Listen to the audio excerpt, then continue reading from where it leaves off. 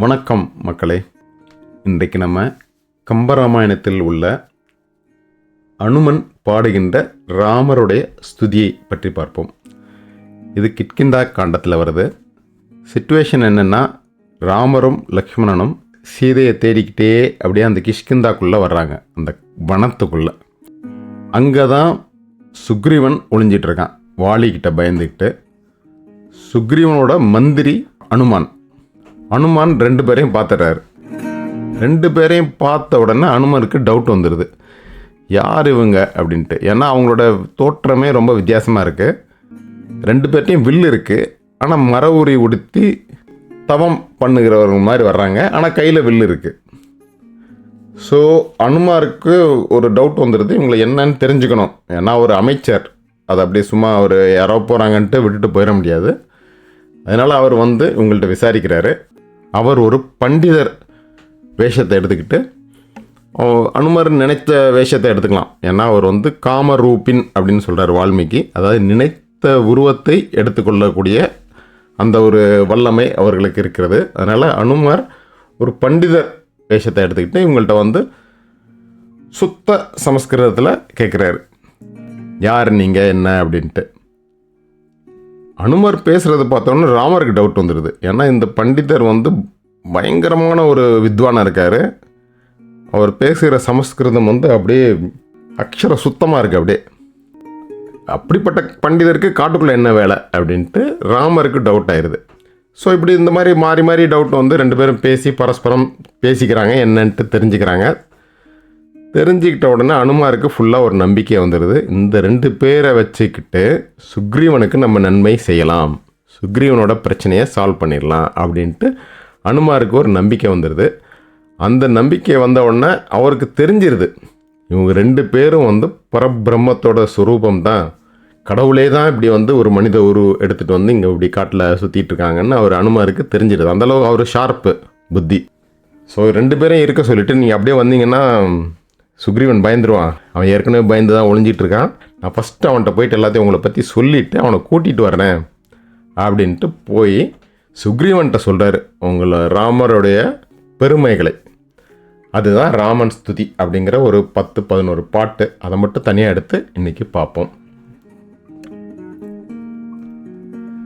முதல்ல பாட்டை ஒரு தடவை பார்த்துருவோம், அப்புறம் அதோட அர்த்தத்தை 1 by 1 பார்ப்போம். போன மந்தரமணி புயனெடும் புகழினான், ஆனத்தன் பொருசினத்தரசன் மாடணுகினான், யானும் என் குலமும் இவ்வுலகும் உய்ந்தனமேனா, மாணவன் குணமெலாம் நினையுமாமதியினான். மேலவன் திருமகற் குறை செய்தான் விரை செய்தார், வாலி என்றளவிலா வழியினான் உயிர் தரக், காலன் வந்தனிடற்கடல் கடந்தனமெனா, ஆலமுண்டவனி நின்றருணடம் புரிகுவான். மண்ணுளார் விண்ணுளார் மாருளார் வேருளார், எண்ணுளார் இயலுளார் இசையுளார் திசையுளார், கண்ணுளாராயினார் பகையுளார் கடினெடும், புண்ணுளாருயிர் கமுதமே போலுளார். சூடிமால் யானையார் தொடுகடல் தயரதன், பாடியால் உலகெலாம் ஒருவடி படரவாள், ஆடியான் மைந்தர் பேர் அறிவினார் அழகினார், ஊடியார் எளிதி நிற்கரசு தந்துதவுவார். நீதியார் கருணையின் நெறியினார் நெறிவையின், பேதியார் நிலைமையார் எவரினும் பெருமையார், போதியாதளவிலா உணர்வினார் புகழினார், காதிசை தரு நெடுங்கடவுள் வெண்படையினார். வேலிகர்ச்சினவு தாடகை விழிந்துருளவிற்கோலியக் கொடுமையாள் புதல்வனை கொன்று தன், காளியற் பொடியினால் நெடிய கற்படிவமாம் ஆளிகை கரிய பேருருவளித்தருளினான். நல்லுறுப்பமையும் நம்பியரில் முன்னவன் அயந்தெல்லுறுப்பரிய பேர் எடுசுடற் கடவுள் தன், பல்லிருத்தவன் வழி கமைதியம்பகமெனும் வில்லிருத்தருளினான் மிதிலை புக்கணையனால். தெவ்விரா வகை நெடுஞ்சிகைவிரா மடுவினான் அவ்விராமனையும் ஆவழி தொலைத்தருளினான் இவ்விராகவன் வெகுண்டெடுமிரா அணையனாம் அவ்விராதனையிரா வகை துடைத்தருளினான் ஆயமால் நாகத்தாடாடியானேயலால் காயமானாயினான் அவனே காவலா நீயம்மான் நேர்தியால் நேரில் மாரீச்சனாம் மாயமானாயினான் மாயமானாயினான் தந்திருந்தனரருள் தகைநெடும் பகைஞனாம் இந்திரன் சிறுவனுக்கிரிது இன்றி செய்தரும் புந்தியின் பெருமையாய் போதரென்றுரை செய்தான் மந்திரம் கெடுமு நூல் மரபுணர்ந்துதவுவான் அன்ன ஆமுறையலாம் அறிவினால் உணர்வுவான் உன்னையே உடையற்கரியத பொருளரோ பொன்னையே பொருவாய் போதென போதுவான் தன்னையே அணையவன் சரணம் வந்தணுகினான் தன்னையே அணையவன் சரணம் வந்தணுகினான் தன்னையே அணையவன் சரணம் வந்தணுகினான். இப்போ பாடல்களை ஒன்றொன்னா பார்ப்போம். முதல் பாட்டு போன மந்தர மணிப்புய நெடும் புகடினான். போனன்னா ராமனை பார்த்துவிட்டு சுக்ரீவனிடம் போன அனுமான் அப்படிங்கிற அர்த்தத்தில் போன அப்படிங்கிற ஒரு வார்த்தையை போட்டிருக்காரு முதல்ல. மந்தரமணி அப்படின்னா மந்தர மலை போன்ற அழகிய அல்லது வலிமையான தோள்கள் அப்படிங்கிற ஒரு அர்த்தம். அப்படிப்பட்ட அனுமன் தன்னுடைய அரசனான சுக்ரீவனிடம் அணுகி நானும் என்னுடைய குலமும் இந்த உலகும் எல்லாருமே உய்ந்தோம் அப்படின்னு சொல்கிறாரு. இதில் உய்ந்தோம் அப்படின்னா பிழைத்தோம் அப்படிங்கிற ஒரு அர்த்தம். அது சாதாரண உயிர் தப்பிக்கிற அர்த்தத்துலேயும் வரும், அல்லது அதை விட இன்னும் கொஞ்சம் டீப்பாக நம்மளுடைய ஒரு ஆன்மா ஈடேறுதல் அப்படிங்கிற ஒரு அர்த்தத்துலேயும் வரும். ஈடேறுதல்னால் கரையேறுதல் அப்படிங்கிற ஒரு அர்த்தம். தமிழ் இலக்கியத்தில் நிறைய இடத்துல வரும். திருக்குறளில் பார்த்தீங்கன்னா என்னன்றி கொன்றார்க்கும் உய்வுண்டாம் உய்வில்லை செய்நன்றி கொன்ற மகற்கு. தாய்மானவர் நிறைய இடங்கள் அதை யூஸ் பண்ணியிருக்காரு. எண்ணம் அறிந்தே இளைப்பறிந்தே ஏழை உய்யும் வண்ணம் திருக்கருணை வைகியாய் பராபரமே ஆறிருந்த நார்போ என் ஆரமூதாம் நின்னருளின் சீரிருந்தால் உய்வேன் சிவமே பராபரமே அப்படின்னு இந்த உய்தல் அப்படிங்கிற வார்த்தை நிறைய இடங்களில் வருது. அதை பார்த்து வச்சுக்குவோம். பாட்டை மறுபடியும் ஒருக்கா பார்ப்போம். போன மந்தரமணி புயனெடும் புகடினான் ஆனதன் பொருசின தரசன் மாடணுகினான் யானும் என் குலமும் இவ்வுலகும் உய்ந்தனமெனா மாணவன் குணமேலாம் நினையும் மாமதியினான். அடுத்த பாட்டு மேலவன் திருமகற்கு உரை செய்தான். மேலவன் திருமகன்னா சூரியன், மேலே இருக்க சூரியனோட மகனுக்கு உரை செய்தான். அவன்கிட்ட சொல்றாரு. சூரியனோட மகன் இந்த இடத்துல சுக்ரீவன். விரைசை தார் வாலி என்ற அளவிலா வழியினான். தார்னா மாலை அப்படிங்கிற ஒரு அர்த்தம். விரைசை தார்னா வாசனை உடைய மாலை. அதை கொண்ட வாலி என்ற அளவிலா வழியினான். வலினா வலிமை. வாலிக்கு எதிரியோட பலத்தில் பாதி கிடைக்கிற மாதிரி ஒரு வரம் இருக்குது. அதனால் அவங்க கூட யாருமே மோத முடியாது. ஏன்னா அவன் எதிரில் யார் வந்தாலும் அவங்களோட வலிமையில் பாதி போயிடும். அதனால் அவனோட வலிமைக்கு எல்லையே கிடையாது. அளவிலா வழியினான். உயிர் தர காலன் வந்தனன். காலன் இந்த இடத்துல ராமரை சொல்கிறாரு. அவனோட அப்படிப்பட்ட வாலியையும் கொல்லக்கூடிய ஒரு யமன் வந்திருக்கிறார் இப்போது. அதனால் நமக்கு நம்மளுடைய கஷ்டம் பூரா தீர்ந்துடுச்சு அப்படின்ட்டு ஆலமுண்டவர்னா சிவன், அந்த சிவனை போல நின்று டான்ஸ் ஆடுறாரு அனுமார். ஆக்சுவலாக அனுமார் ருத்ரனோட அம்சம், ருத்ரன் சிவனோட அம்சம். அதனால இன்டைரக்டாக அனுமார் சிவன் தான். இங்கே பார்த்தீங்கன்னா எல்லாம் இந்த ராமாயணம் பூராமே இருக்க மெயின் கேரக்டர்ஸ் எல்லாருமே ஏதோ ஒரு கடவுளோட அவதாரம் தான் எல்லாருமே. அந்த கடவுள்கள் எல்லாம் இங்கே பூமியில் ஒரு நாடகத்தை ஆடிட்டு போயிடுறாங்க. அதாவது நெகட்டிவ் கேரக்டர் ராவணன் கும்பகர்ணன்லாம் கூட துவாரபாலகர்களோட அவதாரங்கள் தான். பாட்டையும் ஒருக்கா பார்த்துருவோம். மேலவன் திருமகர் கூரை செய்தான் விரை செய்தார், வாலி என்றளவிழா வழியினான் உயிர் தரக், காளன் வந்தனனிடர் கடல் கடந்தனமெனா, ஆழமுண்டவனின் நின்ற அருணடம் புரிகுவான். மூன்றாவது பாட்டு ராமரையும் லக்ஷ்மணரையும் அனுமான் புகழ்ந்து சுக்ரீவன்ட்ட சொல்கிறாரு. ஏன்னா அனுமாரோட நோக்கம் சுக்ரீவனை கொண்டு போய் ராமர்ட்டையும் லக்ஷ்மணன்ட்டையும் சேர்க்கணும். அவங்களால தான் சுக்ரீவனோட பிரச்சனைக்கு ஒரு முடிவு ஏற்படும் அப்படின்னு அனுமார் தீவிரமாக நம்புகிறார்.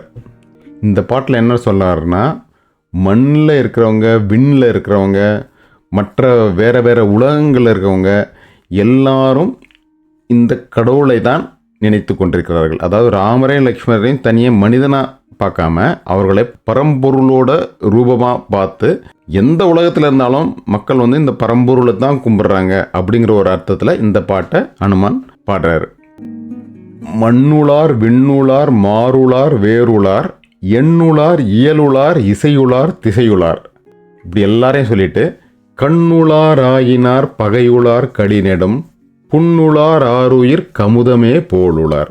இந்த மாதிரி பகைவர்களால் கஷ்டப்படுபவர்கள் அவர்களுக்கும் கதி இந்த பரம்பொருள் தான். பரம்பொருளை சரணடைந்தால் பகைவர்களால் வரும் துயரமும் தீரும் அப்படிங்கிற ஒரு அர்த்தத்தில் இந்த பாட்டை பாடியிருக்காரு. அடுத்த பாட்டில் இவங்க 2 பேரும் தசரதனோட மகன்கள் தான், ஆனால் அந்த பரம்பொருளே தான் மனித ரூபத்தில் வந்திருக்கு அப்படிங்கிறத ரொம்ப கிளியராக சொல்கிறாரு.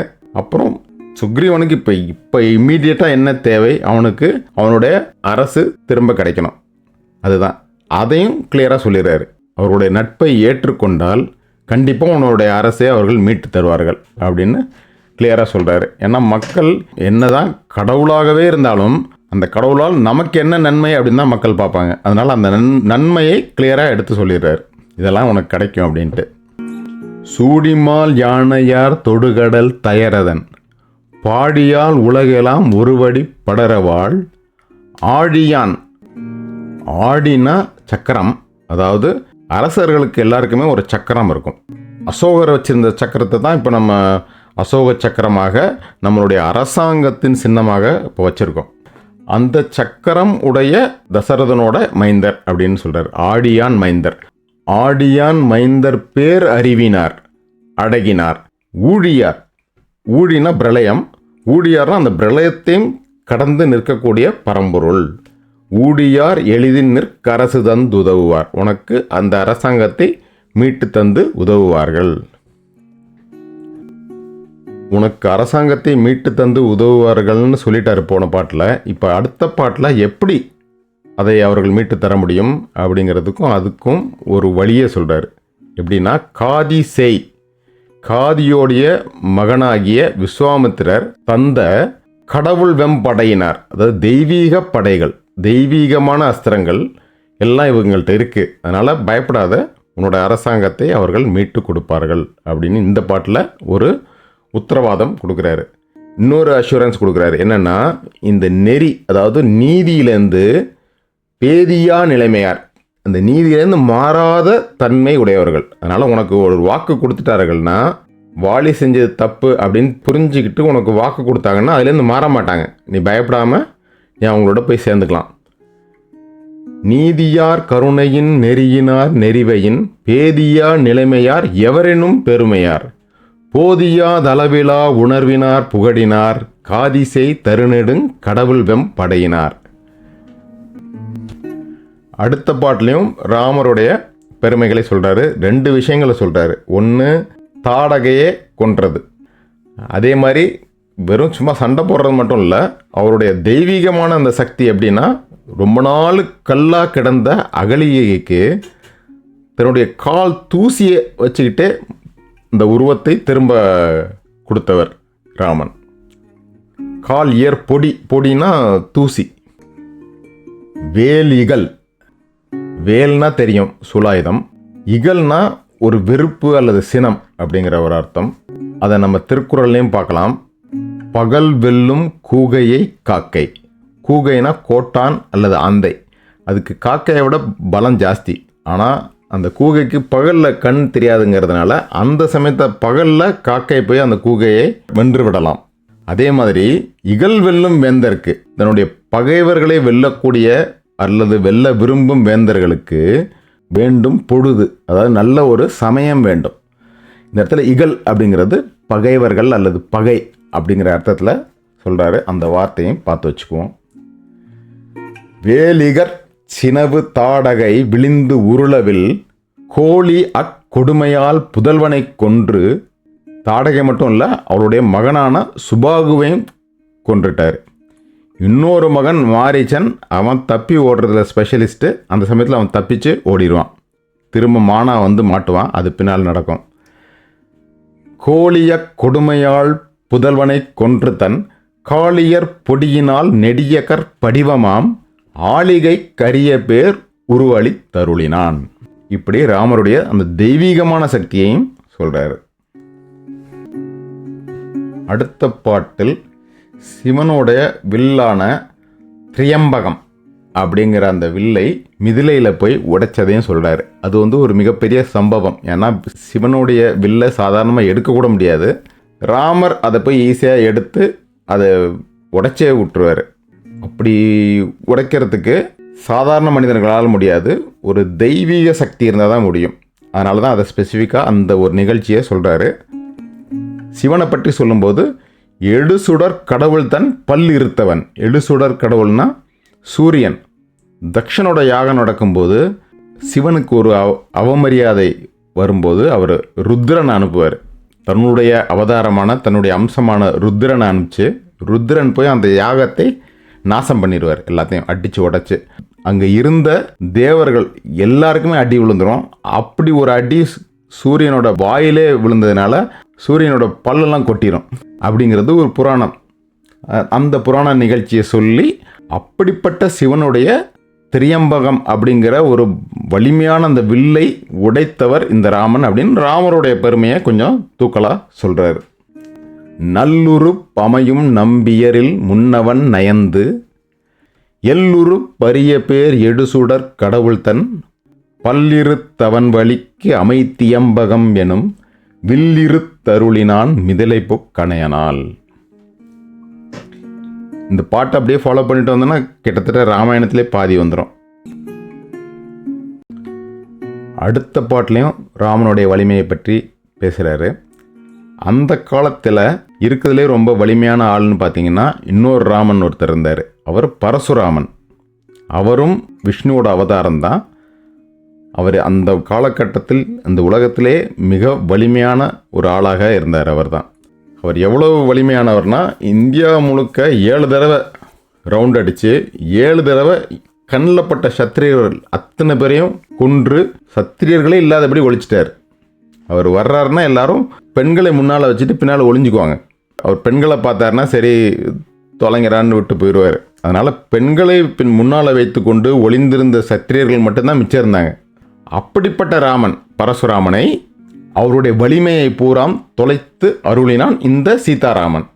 அவருடைய தவப்பலனை பூரா எடுத்து அவரை வந்து காட்டுக்கு மலைக்கு மறுபடியும் போயிட்டு செவனேன்னு உட்காந்துருன்னு அனுப்பிச்சிடுவார். அத்தோட பரசுராமரோட கோபம் அகங்காரம் எல்லாம் முடிஞ்சு போயிடும். அவர் போய் பேசாமல் போய் ஒரு இடத்துல உட்காந்துருவார். தெவ்விரா வகை நெடுஞ்சிகை வீரா மடுவினான். மழுன்னா பரசு, அதாவது கோடாலி. பரசுராமன்னா கோடாலி ராமன் அர்த்தம். அவர் கோடாலியே தூக்கிட்டு தெரிஞ்சதுனால அவருக்கு பேரே கோடாலி ராமன் ஆயிடுச்சு, பரசுராமன்.